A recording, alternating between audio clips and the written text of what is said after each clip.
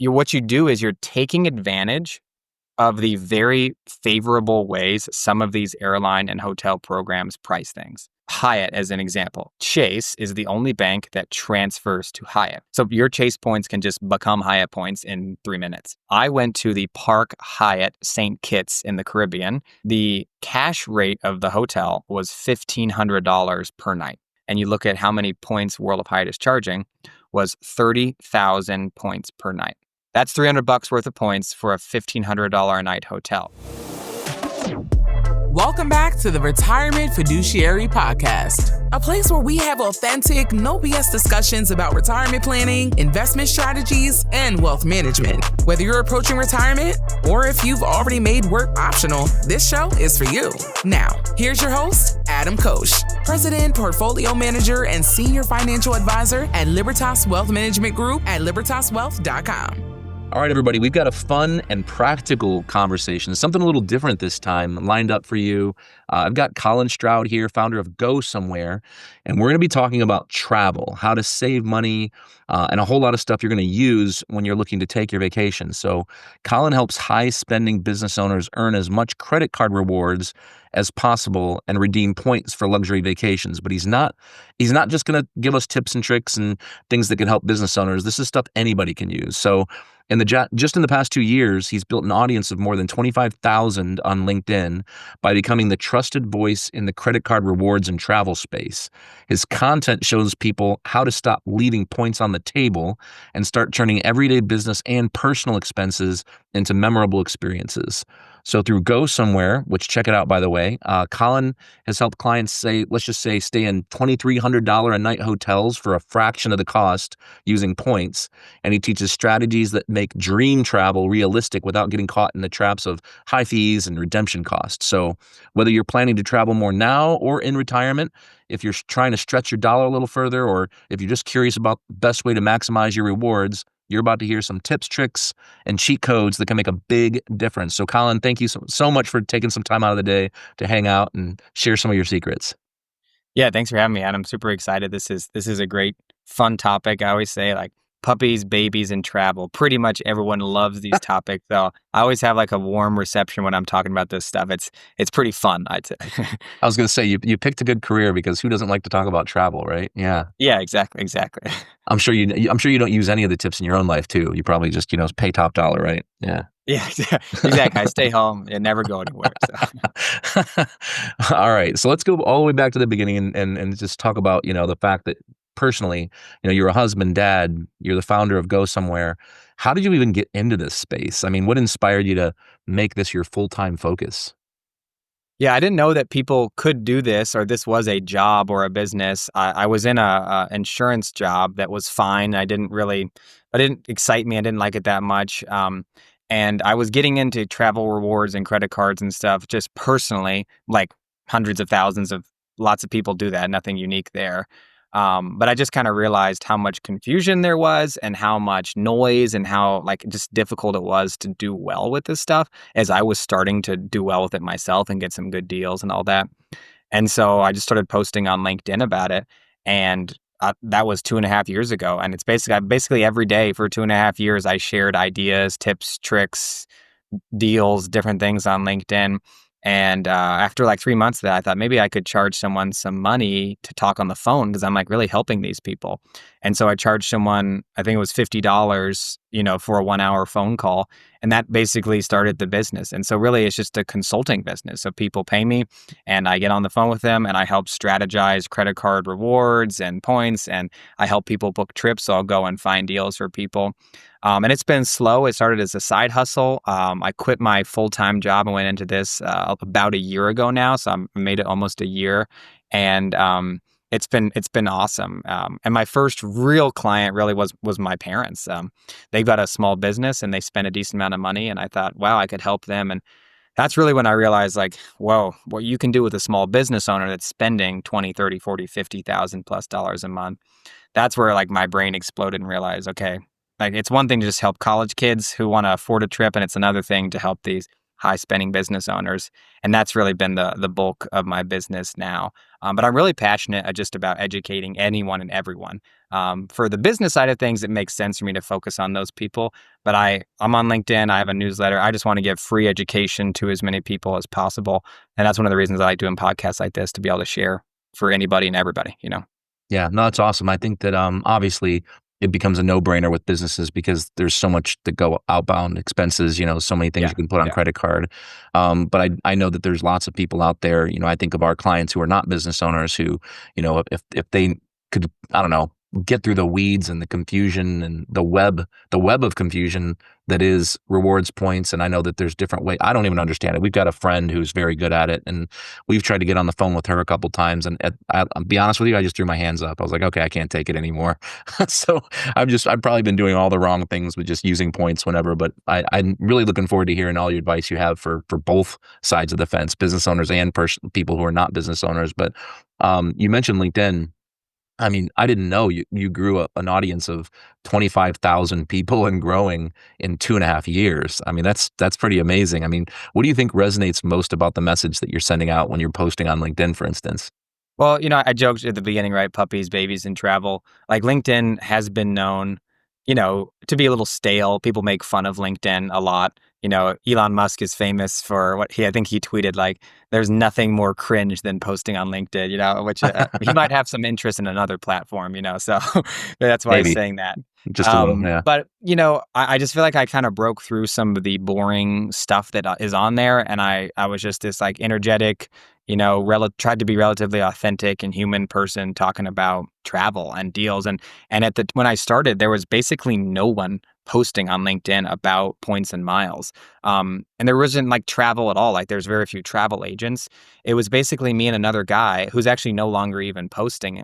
And so now there's more and more people doing what I'm doing on LinkedIn. But quite frankly, I was one of the earliest, if not the earliest, which is crazy to me to think about, because I always think in 2025, like all the cool ideas and opportunities are like, we missed those out. I missed 2009 when, like internet businesses were like Facebook ads were starting and all that stuff. But I kind of just got lucked into really, really good timing. I think people just resonated with the way I write. So now I'm basically, as far as I know, one of like the largest US based points and miles account on LinkedIn. There's a million of them on TikTok and Instagram, and they're not on LinkedIn. So I am, and so there's very little competition, Yeah. which is awesome. Focus where it It's really works, cool. right? Um, Yeah, I still can't believe like how well it's all worked out, but it's like there's no one else talking about it, statistically speaking. There's millions and millions of users on LinkedIn, and there's like 12 US based people that I'm aware of talking about points. And so the numbers work out pretty well. Like think about how many financial advisors are on LinkedIn. The numbers, they're it's a little bit different numbers there. Tell me about So it. Yeah. No yeah. shortage is what I always say. But Yeah, no shortage. well, let's talk about it. Somebody who's brand new to travel rewards, maybe they're accumulating awards on their Marriott points, they're accumulating awards on a credit card, maybe two or three credit cards for that matter. What's the very first step that you would recommend to start using points wisely, to do it intentionally and smartly? Yeah, that's a great question. I don't want to make it, too long an answer, of course, but I think a reframe a lot of people need, and what I'm trying to push a lot of people into is the concept of flexible points and what you can do there. But to back up a second, like there's two ways to win: earning and redeeming. Okay, so you can only earn so many points. If you have a high spending business, awesome, you spend 50K a month, great, you can earn a lot of points. Some people who don't do that, they'll churn credit cards, which means they'll open like 6, 7, 8 new cards a year. I don't teach that. I don't necessarily advocate for that. There's a lot of issues with that. It's not illegal per se or anything. Like people do it, and your credit. Like I know people. I've got a friend with 45 credit cards, and he's got an 800 plus score. So you can do it. For most people, that becomes a part-time job, and I just wouldn't do it because it's too much management. So you have to figure out how to win on the earning side, and then you have to win on the redeeming side. But you want to make sure you're earning the right points. Okay. So here's a really interesting thing. The Points Guy, which most people have heard of, they release these monthly valuations of points. Okay. So they tell you how much your points are worth. So right now, they believe that Hilton points, you can Google this right now. Hilton points are worth 0.5 cents per point. Okay, 0.5 cents per point. They believe that Chase Ultimate Rewards points are worth 2.05 cents per point. Okay. So basically all you need to know is that these flexible Chase points are worth so like 4 or 5 times more than Hilton points. So for most people, I think that getting away from your Delta card, your Marriott card, your Hilton card, your American card is probably a good decision. Again, for most people, not everyone. And transitioning all of your spending to a flexible rewards travel credit card. That would be like a Chase Sapphire Preferred. I'm sure people have gotten ads for that. Capital One Venture Card, American Express Gold Card. What these aren't co-branded cards. These aren't like this isn't a Delta card. This is a American Express card that earns American Express points, not Delta Sky Miles, but American Express points or Chase Ultimate Rewards points, right? You're earning a flexible currency. And why this is so cool is two reasons. Instead of just being locked into one airline or one hotel, you have a ton of flexibility, okay? So you can you can earn a bunch of Chase points, log into your Chase account. You can go into Chase's travel portal, and it looks just like Expedia or Booking.com, and you can literally book any hotel, any flight, any cruise, any rental car. Like you have so much flexibility. Now, are you getting amazing value there? Not necessarily, but you just have nice flexibility. And a lot of people, I just met someone the other day with 900,000 Delta Sky Miles who wanted I can't remember what it was. They wanted a direct flight. It had to be direct from XYZ airport to XYZ airport. And Delta doesn't operate a flight there, and neither did a SkyTeam Delta partner. So it's like, well, you're kind of out of luck. You're going to, you have to do something, more, you got to find a roundabout way there. What's awesome about having these flexible points is that you can book anything. And then the second part of that that's even more exciting, and this is mostly what I focus on, is if you want to be the kind of person who gets some of these crazy, crazy deals that you see on TikTok or Instagram, or anyone who might follow me on LinkedIn or begin to follow me will see. It's like, okay, wait a minute. How did that guy get a $2,000 a night hotel for $300 worth of points? Like how is that even possible? And the reason is transfer partners. So all these different banks, Chase, Wells Fargo, American Express, Capital One, they have airline and hotel transfer partners. So Chase, again, we'll just focus on Chase for purpose of education, has, I think, maybe 15 different airline and hotel partners. There's nothing magic about the ability to send points from Chase over to Hyatt or Chase to United or Chase to Air Canada. There's something magic about that. And sometimes sending points to certain airlines or hotels, you get a terrible deal. But really all we're doing in the travel hacking space, which I actually don't use that term anymore, really just because I have some like affiliate bank relationships that they don't actually allow that term. So also, Right. I don't know, I just don't like the term that much. So we'll say, points optimization space. What you do is you're taking advantage of the very favorable ways some of these airline and hotel programs price things. So and I'll stop here because I know I've been saying a lot and you probably have questions, but Hyatt as an example. Chase is the only bank that transfers to Hyatt. I went to, so your Chase points can just become Hyatt points in 3 minutes. I went to the Park Hyatt St. Kitts in the Caribbean in February with my family. The cash rate of the hotel was $1,500 per night. The points price, and when I say points, I mean World of Hyatt points. If you log into Hyatt's website and you look at how many points World of Hyatt is charging, was 30,000 points per night. So if we assume points are worth about a penny, which is kind of a nice general metric to use, that's $300 worth of points for a $1,500 a night hotel. Okay, I have booked 5 nights there. So that's basically, oh wow, math, what is that? Like $1,300 of savings per night, or I'm probably wrong, whatever. I'm thinking too fast here. So You're it's fine. plenty of savings, right? It's thousands of dollars of savings over a 5-night stay. And the way I would do that is just simply find that on Hyatt's website. And it was just me browsing, and I happened to come across that, and then transfer points from Chase to Hyatt. Most people have never and will never get a deal like that using their points. Especially if they're just stuck with a cashback card or with an airline or a hotel card. The chances of them finding a deal like that and having the ability to get it is very, very low. When you have these flexible points, you have access to tons of different programs and deals and options. So that's kind of like the 101 overview of the whole process, that as quick as I can make it, of like, if you make this switch from Cashback World, JC Penney credit card, Delta card over to flexible Chase, Amex, Capital One type card, there's a whole new world of options that open, and that's one of the things I try and help people do is win with that. So I hope that you didn't get a Oh, headache that's from all that. awesome. Hopefully This that is answers the question. No, no, I appreciate you just kinda going on and on. This is all great. This is all valuable information. What would you say let's flip it upside down. What are some of the biggest mistakes you see people making when it comes to credit cards and points? Oh yeah, easy. So people who are on the flexible card train already, it would be redeeming their points for gift cards or for Amazon purchases. American Express points typically are worth about 1 cent per point for travel, or more if we transfer our points. But I think for Amazon, they're worth maybe 0.6 or 0.7. I know someone who just used 1 million Amex points to just like cover their Amazon purchases for a year, and it's like, so they're getting 40% less value than they should be in the worst case scenario. So people do that. People let airline points and miles and credits expire. People like business owners spend on cards that earn poorly because they have a fancy name or they have some cool features. You meet someone spending $50,000 a month on a card that earns 1 point per dollar when there are cards that earn 2 points per dollar.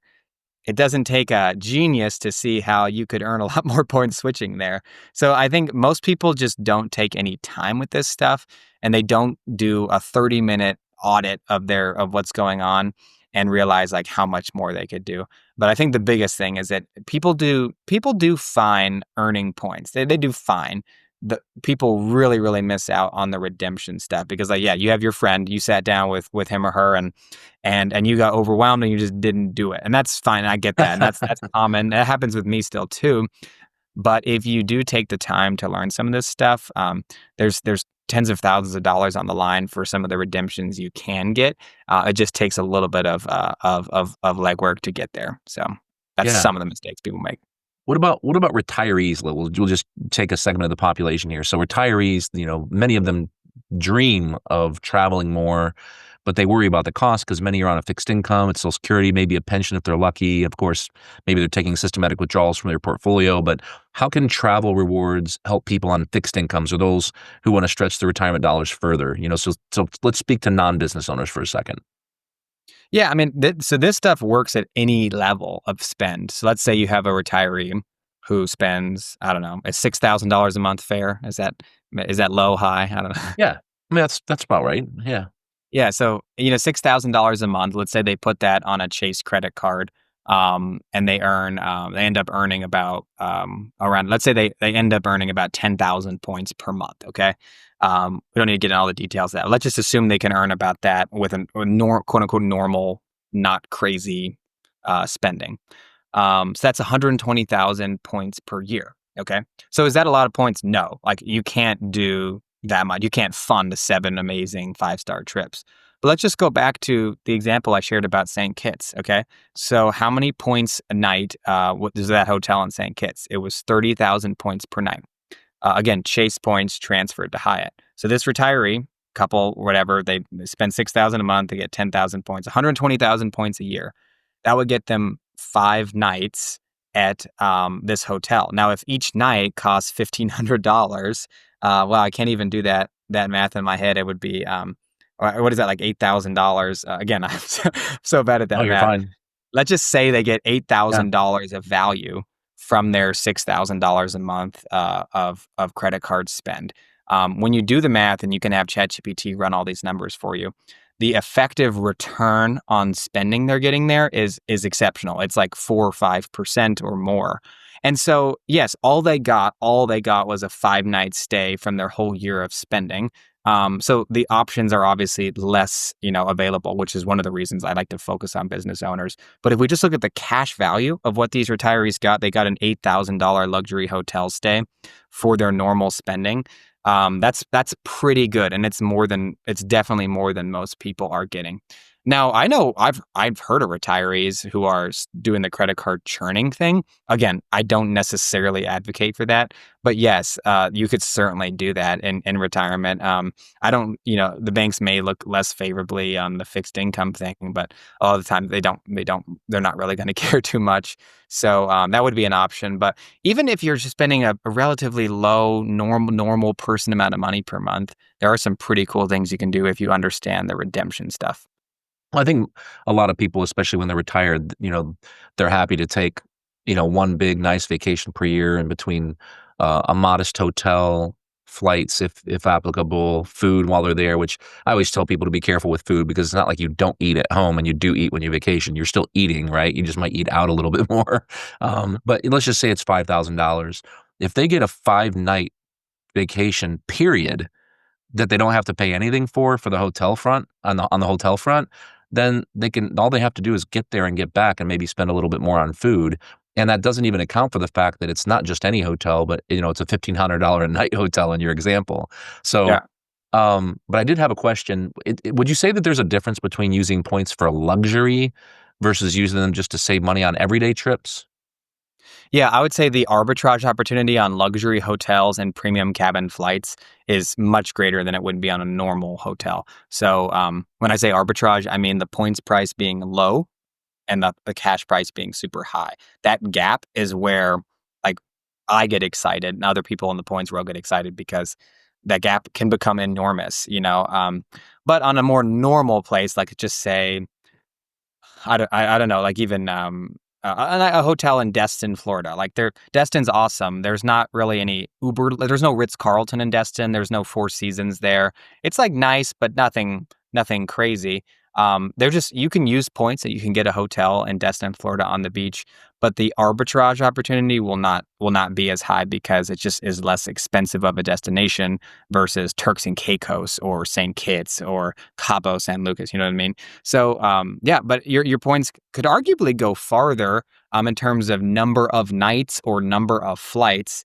But the cents per point, the arbitrage, the redemption value would be lower on more lower tier hotels and flights, with some exceptions, but typically that's what you see. Does that make sense? Yeah, it does make sense. Sounds like if you either A, do the work and, put in a little extra time and research or hire somebody like you to help if you don't want to do the work, you can still get, the vacations you want, but it's almost like you're going to, I don't want to say accidentally, but your big benefit is you're going to get a nicer place to stay at the end of the day. Yeah, hopefully.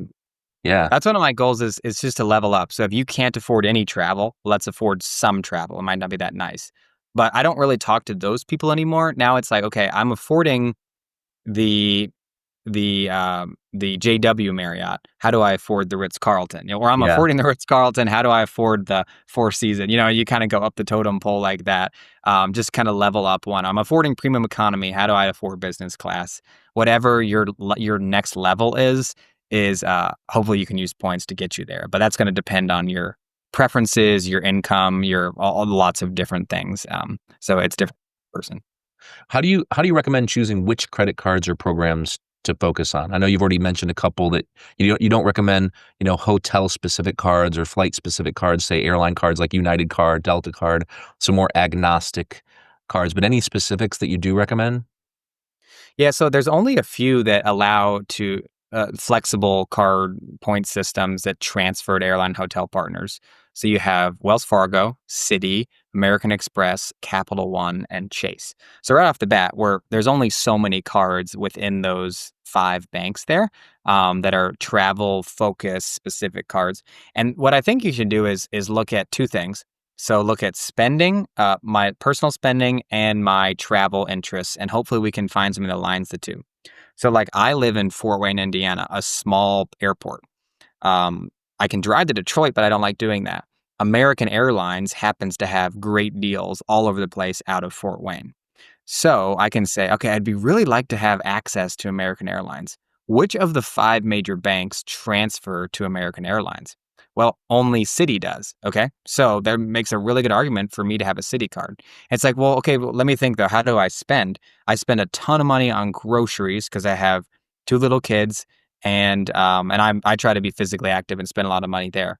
well, does that earn well on groceries? It's like, oh yeah, actually that card earns the City Strata Premier earns 3x on all grocery spend.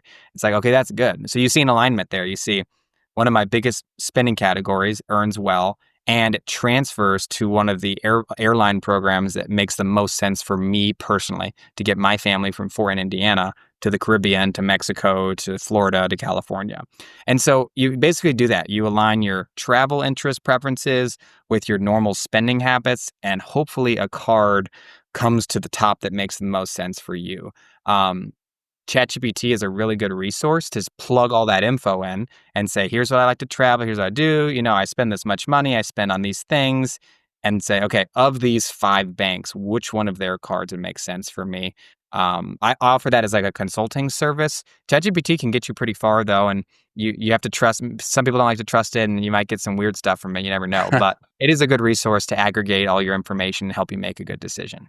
Would you say, I mean, credit card programs do change. How do you stay ahead of devaluations, maybe blackout dates or other gotchas that might frustrate people? Yeah, ultimately, like they're in charge, and there's no way around all that stuff. One, you should just be informed, so you should find some way of knowing what's going on. Two, the biggest thing actually, I'll go back. One of the biggest mistakes I do see people make is hoarding points. Uh, So right now, City transfers to American. that's Oh, me, you by do the that, way. yeah. City transfers to American, which is actually new. American has great deals. So we should not hold our points for 3 years to hope that the deal that currently exists to get to London on American Airlines exists. It's like, use them today because in 6 months, American might announce a devaluation of their points, or Citi might stop transfer to American, or all of a sudden you don't earn 3x on groceries anymore, or whatever, in that example. And so I'd say earn the points, use them now.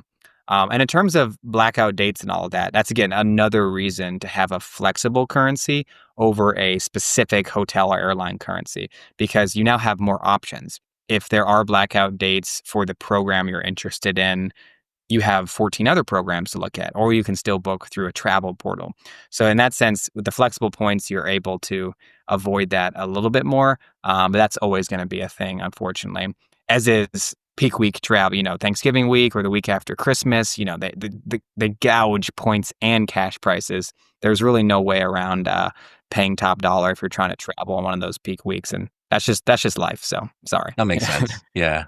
Are there any like favorite tools, one or two tools or apps that you recommend for tracking points, miles, deals, especially for people who aren't as maybe super tech savvy?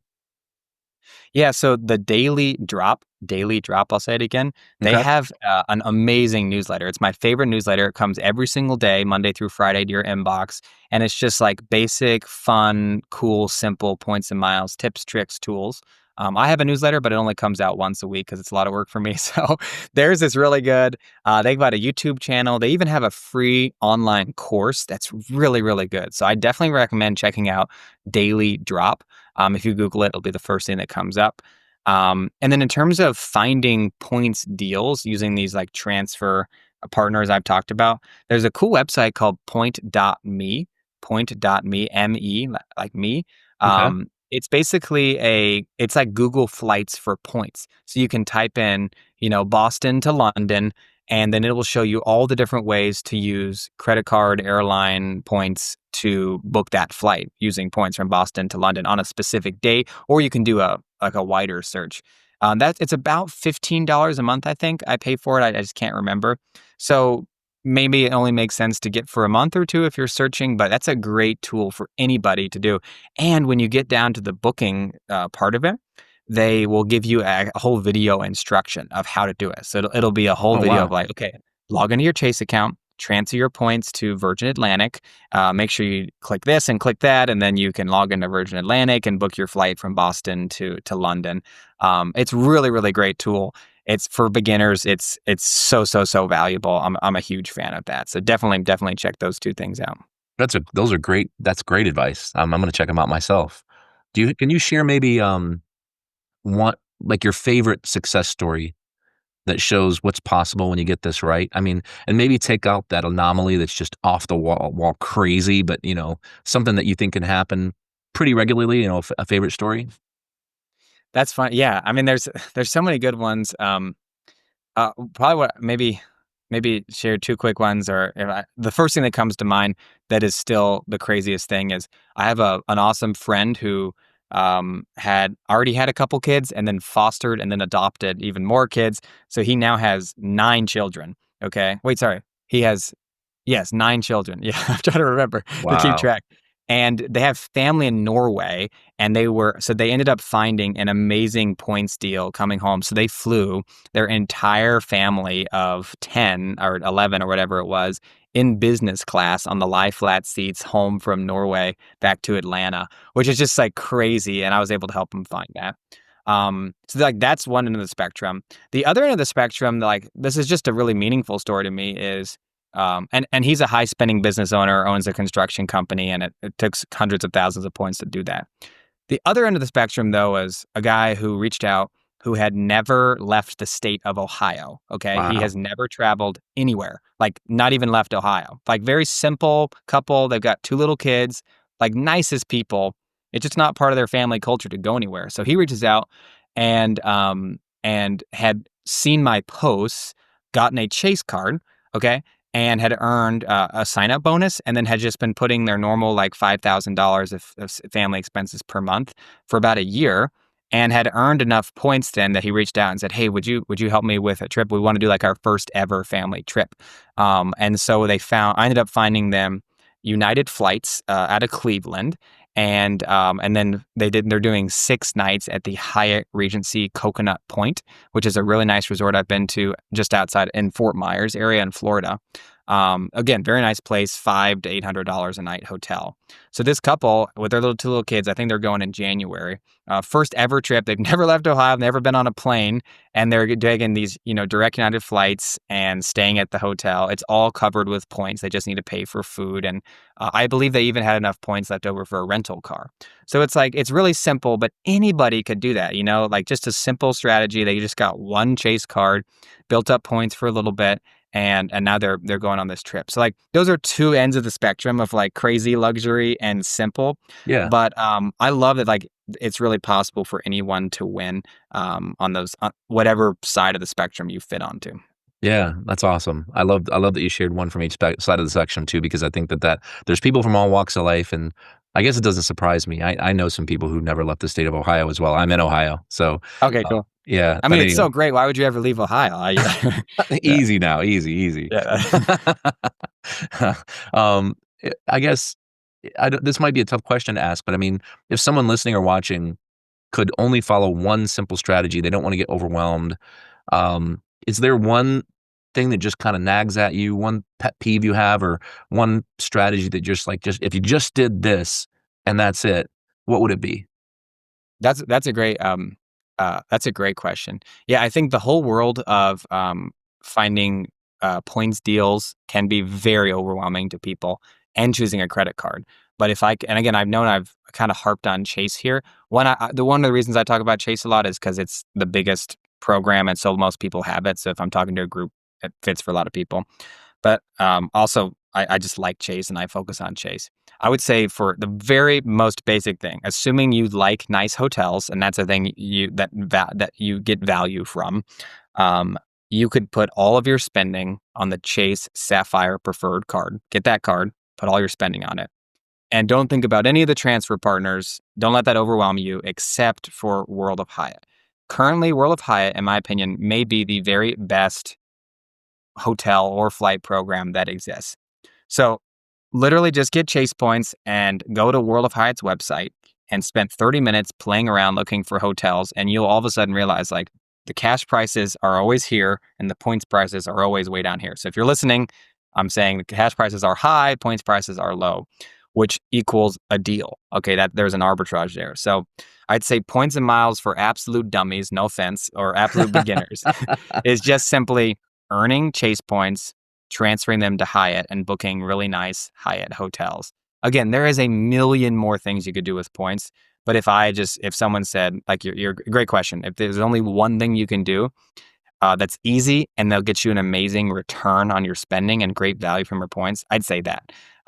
It's just so easy. There's very few blackout dates. It's just it's just painless. And I've now done that like 9 times, and it's just been a wonderful experience every time doing the Hyatt thing. So I'm a fan. Unfortunately, you don't see those kind of deals with Hilton, Marriott, or Yeah. IHG, which is too bad if you love Marriott like most people do.